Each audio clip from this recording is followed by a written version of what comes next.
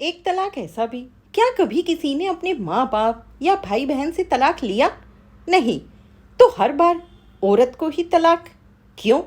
जज साहब ने अपने सामने वाले कटघरे में खड़े रमन से कहा, क्या आपको तलाक चाहिए? इस 15 साल के रिश्ते को आप खत्म करना चाहते हैं? रमन ने जवाब दिया, हाँ जज साहब। और दूसरे कटघरे में खड़ी माला से पूछा गया, आप क्या चाहती हैं? माला मुस्कुराते हुए कहती है, जज साहब मुझे, कौन हूँ मैं? क्या अस्तित्व है मेरा? कुछ भी तो नहीं। जज साहब बस आप मेरे इन सवालों का जवाब दे दें। मेरी शादी को 15 साल हो गए। अब मेरी उम्र 37 साल की है। पिछले 15 सालों से तो मैंने सिर्फ घर का काम किया है। मैं भी बचपन में बहुत अच्छी थी पढ़ाई में, हमेशा क्लास में प्रथम आती। बड़ी होकर नौकरी लगी, लेकिन पापा ने साफ मना कर दिया और कहा, बेटा एक बार शादी हो जाए फिर अपने घर जाकर आराम से नौकरी कर लेना। मैं चुप रही। काश कि मैंने उस समय आवाज़ उठाई होती। मेरी शादी हो गई। शादी के बाद मैंने दबी आवाज़ में इन्हें अपनी इच्छा बताई। इन्होंने कहा, नौकरी की क्या ज़रूरत है, मैं हूं ना, तुम आराम से घर संभालो। मैं चुप रही। काश कि मैंने आवाज़ उठाई होती, पर ससुराल वाले ताने देते कि आते ही बहू ने अपने रंग दिखाने शुरू कर दिए। इसलिए मैं उस समय भी चुप ही रही। फिर बच्चे, और तब से अब तक हर सुबह से लेकर रात तक बस घर का काम। अब मुझे कौन नौकरी देगा? सब कुछ पड़ा हुआ चूल्हे में जल गया और आज इन्हें मुझसे तलाक चाहिए। क्या जज साहब है कोई नौकरी? जज साहब क्या जवाब देते?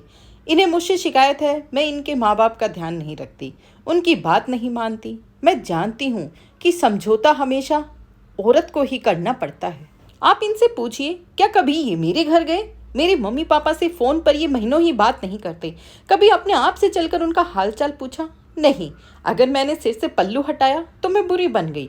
आज मैं पूछती हूँ, हर बार तलाक के लिए औरत ही क्यों?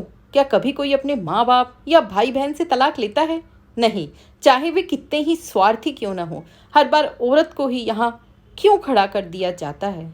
आज शादी के इतने सालों में घर के काम में इतना बिजी रही कि मैं अपने ही माँ बाप को भूल गई। मेरे भाई बहन सब शादी के बाद में रिश्ते मुझसे सारे दूर हो गए, क्योंकि मैंने इन्हें कभी प्राथमिकता नहीं दी, हमेशा ससुराल को ही पहले रखा। आज मैं तलाक के बाद कहाँ जाऊँ? उस घर में जिसे मैंने 15 साल पहले छोड़ दिया, या इस घर में जहाँ तलाक के बाद रह नहीं पाऊंगी? अब आप ही बताइए कि एक औरत का घर कौन सा? वास्तव में उसका कोई घर ही नहीं। जज साहब आज से ही नहीं, सदियों से यही तो होता आया है, बस तलाक का मतलब बदल गया।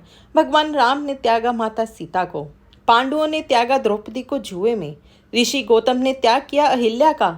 हर बार नारी का अपमान हुआ, चाहे युग कोई भी हो। हर बार हमें ही समझौते करने पड़ते हैं, कभी अपनी आज़ादी को लेकर, कभी अपने कैरियर को लेकर, कभी परिवार, कभी दहेज का ताना, कभी औरत होने का ताना, कभी रीति रिवाजों के नाम पर। सब कुछ औरत ही सही।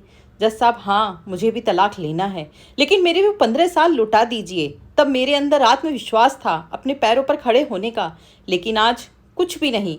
मेरी सारी डिग्रियों पर धूल जमा है, उन्हें साफ करके कौन सी कंपनी में जाऊं? इतनी पुरानी डिग्रियों के आधार पर कौन नौकरी देगा मुझे? जब मुझसे एक्सपीरियंस पूछेंगे तो क्या जवाब दूंगी? अब आप ही जवाब दें, कहाँ जाऊं? इतना सब सुनकर अब जज साहब भी कुछ न कह पाए। एक औरत की इतनी व्यथा सुनकर उस अदालत में बैठे हुए हर इंसान की आंखें नम थी। कितनी गहराई थी इन बातों में। अब तो रमन को भी अपनी गलती का एहसास हो गया। उसने जज साहब से कहा, मैं अपनी बीवी माला से माफ़ी मांगता हूँ। जिस औरत ने ज़िंदगी के हर मोड़ पर मेरा साथ दिया, आज उसे ही यहाँ लाकर खड़ा कर दिया मैंने। माला, मुझे माफ़ कर दो।